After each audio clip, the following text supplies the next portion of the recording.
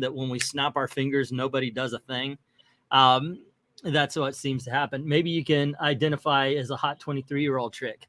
You know what? Yes, I will. I love comics starring a hot Asian woman, because we all know if you're a hot Asian chick, you're halfway to 1 million subs already.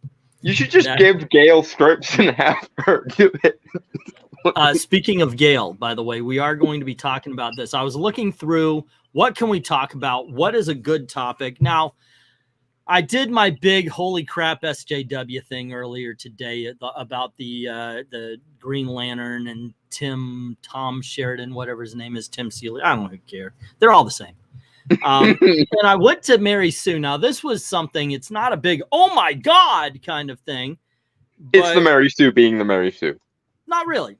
I agree with them. See, I love books like this. I really do. I've actually got quite a few of them. You know, you go through them. They just kind of remind you of some of the better stories and so forth. I've got the Batman. I've got the Flash. I've got the villains. And I've got this one here, the superheroines. So I was going through the Mary Sue looking for, I know they're going to say something stupid. And this thing caught my eye here. I was like, really? You cannot be serious. You cannot be serious. The article says, why did Gail Simone, why did DC erase Gail Simone from the DC's 100 greatest moments of DC heroines? And I was like, surely you're fucking around, right? I mean, say what you will about modern Gail Simone. I agree with basically anything you would think. I think she's dropped the ball. I don't know what the Wang thing was in Plastic Man. I did like her Batgirl, but her Birds of Prey was a marriage of writer and subject. You know, it really was a great marriage of writer and subject. In the right role, I'm priceless sort of logic. Yeah. You know, and that sometimes happens. Hey, you know, the writer isn't good until they get a hold of that character, and boom. You know, and this was a case with Gail Simone. I thought her Birds of Prey was excellent. Now, I'm a huge Chuck Dixon fan. He's the one that wrote the Birds of Prey before. But in all honesty, and if I am being honest, he wrote it as a Bat book. Not bad at all. But Gail Simone gave it its own identity, and I was like, really? This actually happened? The algorithm is rigged, says Undead Quint. Yeah, shadow banning is a bunch of suck, and they couldn't find the video that was mass flagged. I'm pretty sure. I have no fucking proof, but I'm pretty sure it was those war freaking campaign pussies. Yeah, and good luck if you're a smaller channel as well, because YouTube has recently adjusted the algorithm so that if you're not a partner already, you will never get there. Because they don't like paying more people. It's rough, and I think some people get dissuaded by the algorithm because, like when I was there, you knew that once you got once you made it up to $100, you were going to get sent a check. So I was like, even though it was only pennies or a dime, or whoa, my gosh, this video made 50 cents. It would add at some point, yeah. It made you excited to move forward, and YouTube took that away, but they still put ads on your channel so they can make money off of you. Undead Quinn is saying her Birds of Prey was pretty good. Let me check this out for you. I'm interested in it. This is what I figured the first topic would be, and we'll go on from there after. But it says Gail Simone was left out of DC comic superheroines 100 greatest moments in what can only be described as a gross, bizarre oversight. Simone is a comic book writer, best known for her work on DC Comics, especially those relating to Birds of Prey and Wonder Woman. Come on now, Wonder Woman. I'd say Birds of Prey. Birds of Prey, what was it? Villains United and Batgirl, really. Well, but keep in mind that the Mary Sue are a bunch of card-carrying feminists. That's sort of the whole point of the website. So they think that her Wonder Woman was excellent, even though it wasn't. But, you know, digress. Now, while Simone did not create the Birds of Prey, she was the first female writer to take over the series after its initial run by Chuck Dixon. The character of Huntress, who is practically synonymous with Birds of Prey, was first added to the team by Gail Simone. Points. Yeah, and I think I think one of the cool things about the Birds of Prey, which I would say Gail Simone then and Gail Simone now, is that she would write a comic book that starred females. And we talked about earlier today when we were talking about Tim Sheridan picking up the Green Lantern because he's gay. I'm sorry, but you give a gay character a gay writer, and the gay writer is going to write only a gay story, not a superhero story of a character who is gay, but it's all just going to be about the homosexuality of it.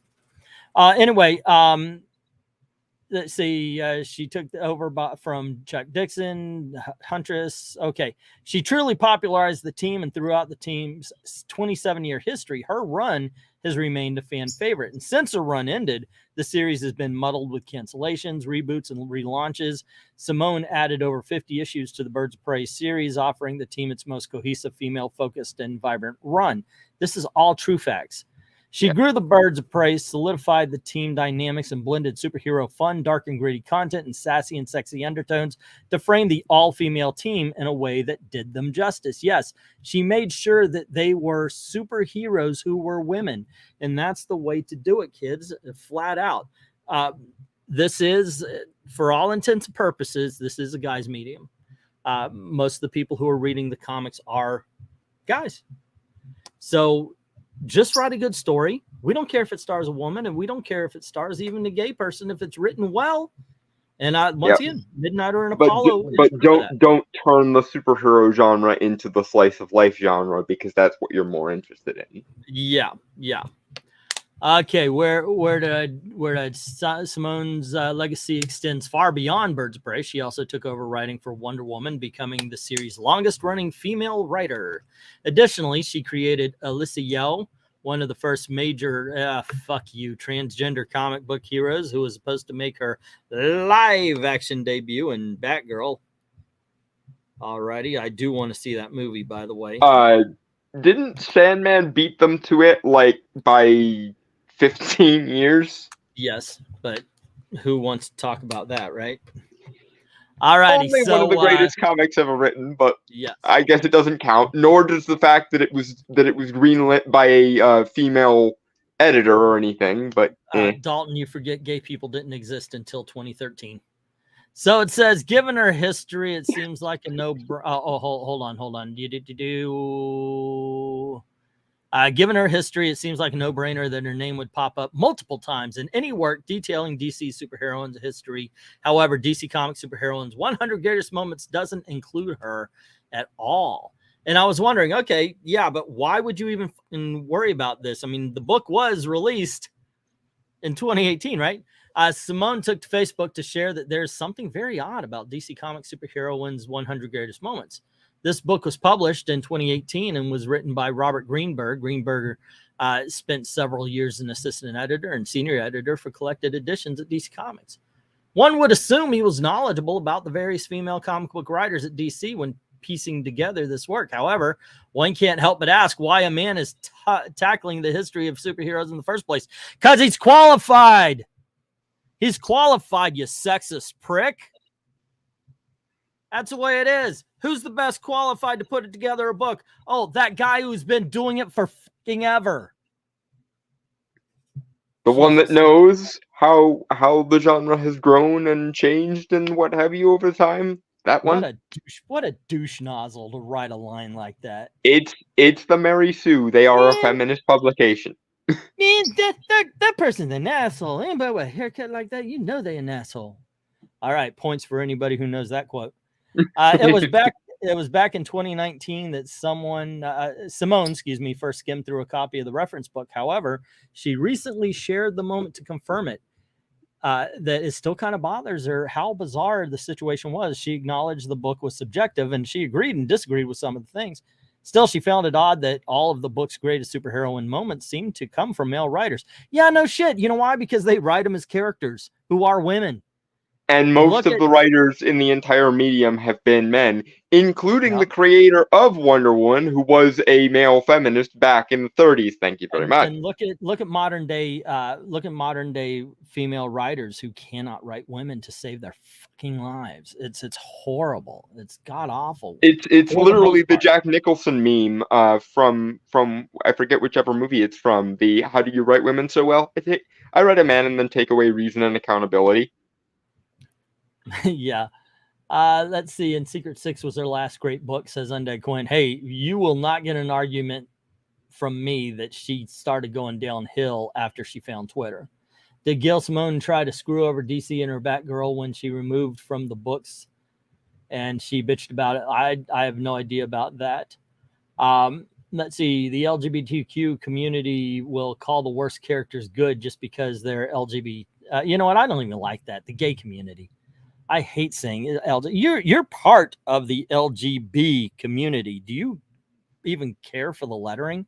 I don't. Frankly, it is useful in the sense that it allows me to make the distinction between those of us who are just on that spectrum but happen to be, you know, living our lives and hoping for long-term monogamous romantic relationships and so on, versus the politically possessed people who view it as their entire character and basically embrace every negative stereotype as though it's like their job to. Oh god. Oh, there you go. Vezerin got it. Weird science. Man, Chet's an asshole. All right, where are we going? She acknowledged the book was subjective. She agreed, disagreed. Still, she found it odd. All the great, but then she realized that she was listed nowhere in the book. Considering how well she is known for Birds of Prey, Huntress, and Wonder Woman, it's very strange that her name wouldn't come up. Not only that, but she noticed that sections would cover the run before her, but skip her and move on to the run after her. Man, she really must have pissed DC off. Her run was arguably the most important in Birds of Prey, so why would it skip? I agree. Why would you skip Gail Simone? Why would you not say at least something about the fact that she revitalized it? She really did. Simone emphasized that she doesn't usually pay attention to things like this, and she wasn't mad at anyone. She simply wanted to point out how bizarre this is. This is an official DC reference book from someone close to DC Comics. Meanwhile, she's one of the DC's most outstanding female writers. You know, I'm just going to throw this out here. I'm not a person who says actors when talking about female actors. I say actresses. But a writer has always been a writer. I've never made a distinction. But this person has managed to separate her from other writers just by saying, you know, she said female like 150 times already. And again, it's the Mary Sue. It's a feminist publication, so they're going to do that come hell or high water. My biggest question is, on paper, this does seem like an oversight. My question is, I'm not familiar enough with the book to say so. What beat her, according to the person who assembled the omnibus? Well, Chuck Dixon. Were there 100? Were there simply 100 female moments in comics that were better than her run in Birds of Prey? If that's the case, then she doesn't really have much room to complain. Well, in all honesty, I do think that she belongs up there. I mean, they bring up the Japanese Dr. Light. They have Bumblebee in here. And as much as I love the Teen Titans, I don't think that she made as big of an impact as Bumblebee. Raven, sure, or Starfire, sure, but yeah, Bumblebee, Jesse Quick. So yeah, Birds of Prey, definitely her run on Birds of Prey would be more important than Jesse Quick. Once again, it's subjective, but that's my take on it. Well, but I mean, that's the biggest question. And if this were an honest journalistic site, given that it's the Mary Sue, and it is most definitely not, my journalistic due diligence, if I were writing this, would be I would contact the person who assembled the omnibus and ask, what were your criteria for this omnibus?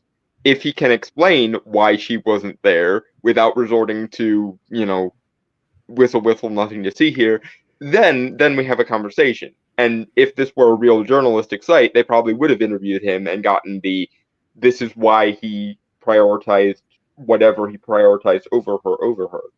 Right. And then we could have an honest argument about that, or an honest conversation about that. Okay. But the married people never do that because they're hacks. It says it's baffling how a reference book could even tackle Birds of Prey without mentioning her. Was this intentional? And if so, why?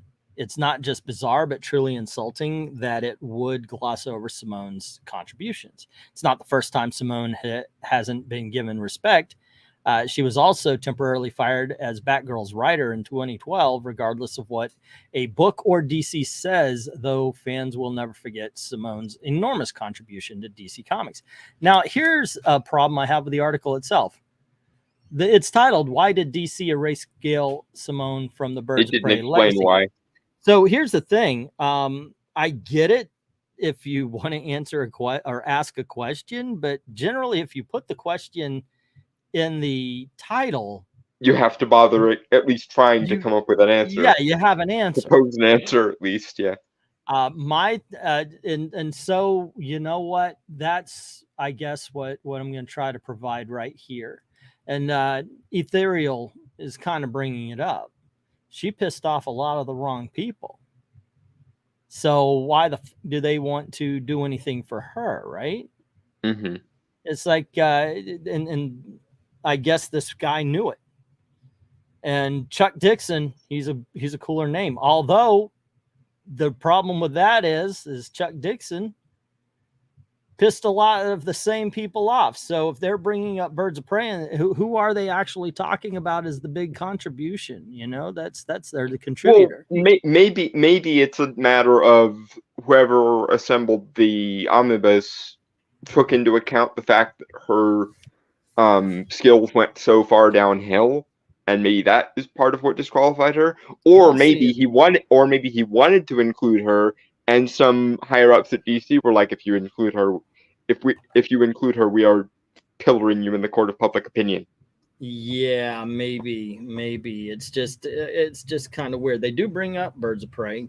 I just saw, it might be just because it was Batgirl. Yeah, I think it was Batgirl because it had the cover with Nightwing and Barbara Gordon from Birds of Prey. Yeah, and yes, I know, Ethereal Dragon, you're not going to find honest journalists in this day and age, except for maybe Andy No, and Project Veritas. But the issue is, just because they've all forgotten their mandate doesn't mean we as consumers of journalism aren't still trying to hold them to that mandate. Yeah. Hey, birdie boy, what's up? What's up? There you go. There you go. He's a good boy. All righty. But that was something I found interesting. I thought it would make for a cool topic and such, because I mean, it's politics behind it. Even with a prominent female writer, I'm going to say it too. They just say, hey, if you don't toe the line, we're going to leave you out of history. It's Mean Girls. It's Mean Girls. You said the wrong thing, yeah. But I think it goes so far deeper. I mean, we're seeing it in real politics. We're seeing it everywhere. Toe the fucking line or lose. You got a guy this morning, Tim Sheridan. We did a live stream going through his video. We took an hour and a half to look at a 2-minute video, by the way. There was a lot to be said. But he's blocking people left and right. If you don't toe the line, you're done. I don't want to hear it. Go. Bye-bye now. Bye-bye. That is horrible freaking marketing. And it just seems like this is what they're doing. This is what they're going